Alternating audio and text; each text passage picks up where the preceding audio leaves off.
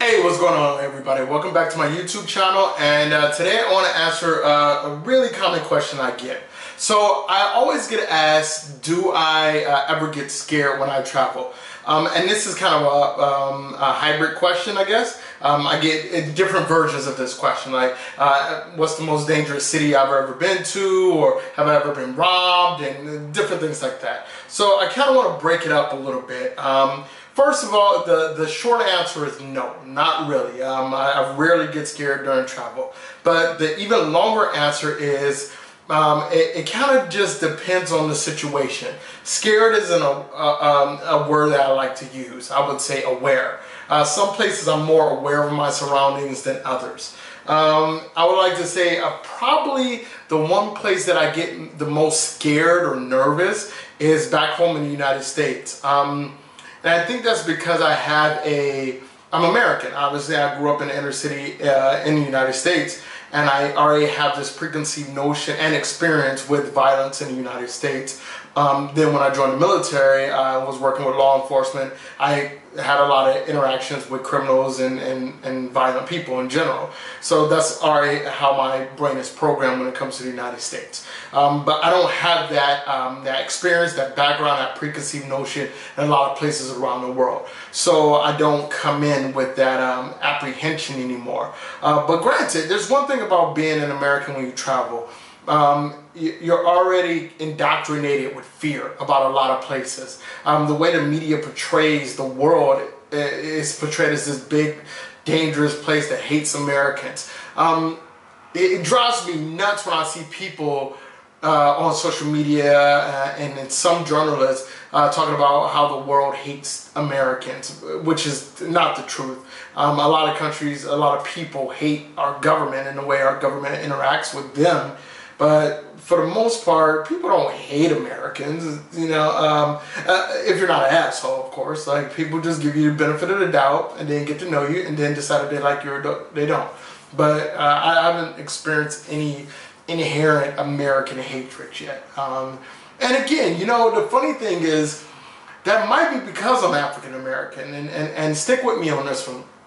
I think that because our hip-hop culture is spread around the world, because when you say pop culture, hip-hop is pop culture.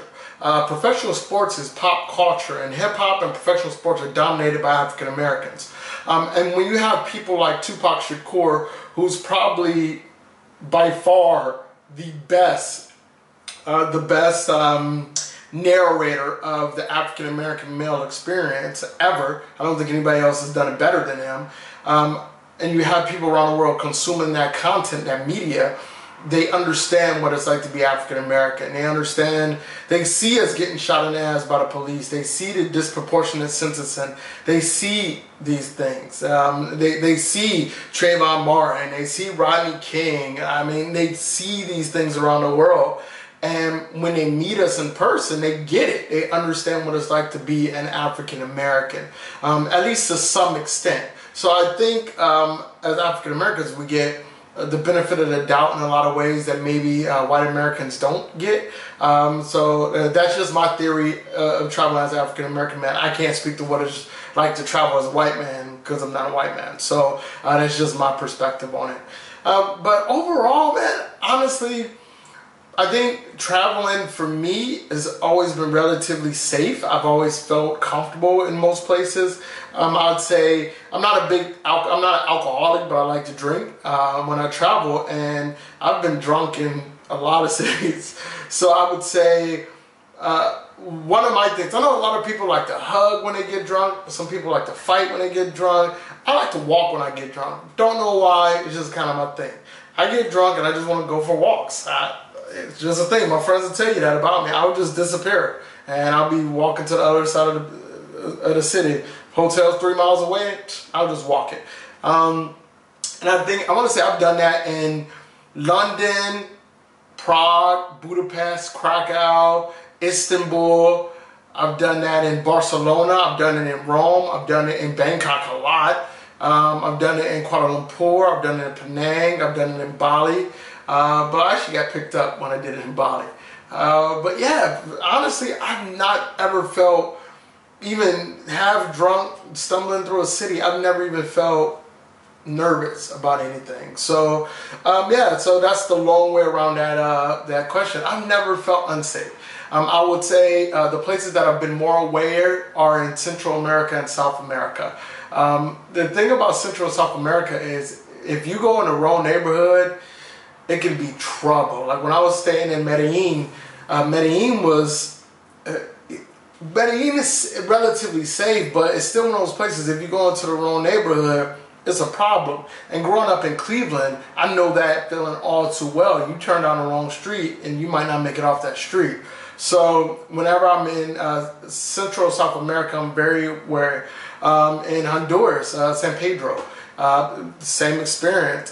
Chile, not so much. I was okay. Brazil, the thing about Brazil, I was always with friends, so I was always safe and comfortable. But still, to this day, the one place I really feel uncomfortable or in danger possibly is New York. Oh my God, if you guys follow me on social media or Facebook, if you don't follow me, Facebook, The Minority Nomad on Facebook, at Minority Nomad on Instagram. But I was talking about this last recent trip to the US where I walked from Penn Station, which is like 34th Street, I want to say 34th Street, down to Two Brothers Pizza, which I want to say is 44th Street, and then I went to Times Square, which is like 45th. And between those two areas, I saw crackheads, I saw fights breaking out, dark alleys that I could easily get robbed. I felt extremely unsafe, extremely uncomfortable, and maybe that's because I had just come from Europe and I'd been on the road for 18 months. Well, I've been out of the U.S. for 18 months, so I didn't have that situational awareness anymore. I wasn't used to seeing people fighting in the streets. I wasn't used to seeing drug addicts, schizophrenic people yelling at themselves, police officers with guns, and all that hits you right away as soon as I got off the A train from JFK. So that might have something to do with it, but yeah, but to this day, it's still the United States. So yeah, that's the long answer and the short answer of it.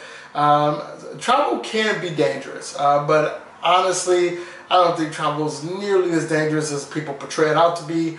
I think a lot of it's in people's heads, and I think to really, once you start traveling more and you become a long-term traveler, then you'll know exactly what I'm talking about. Especially when you go to places in Europe that don't have nearly the level of gun violence. And people ask me about terrorism all the time. I might do a separate video on this, but I never even think about terrorism when I travel. It doesn't even cross my mind, to be perfectly honest. It's never there. But I do think about gun violence when I go home.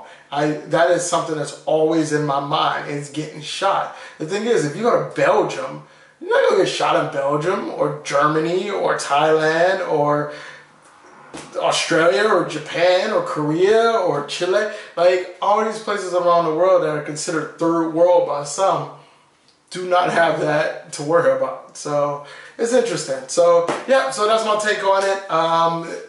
I do not feel uncomfortable traveling, and you probably won't either.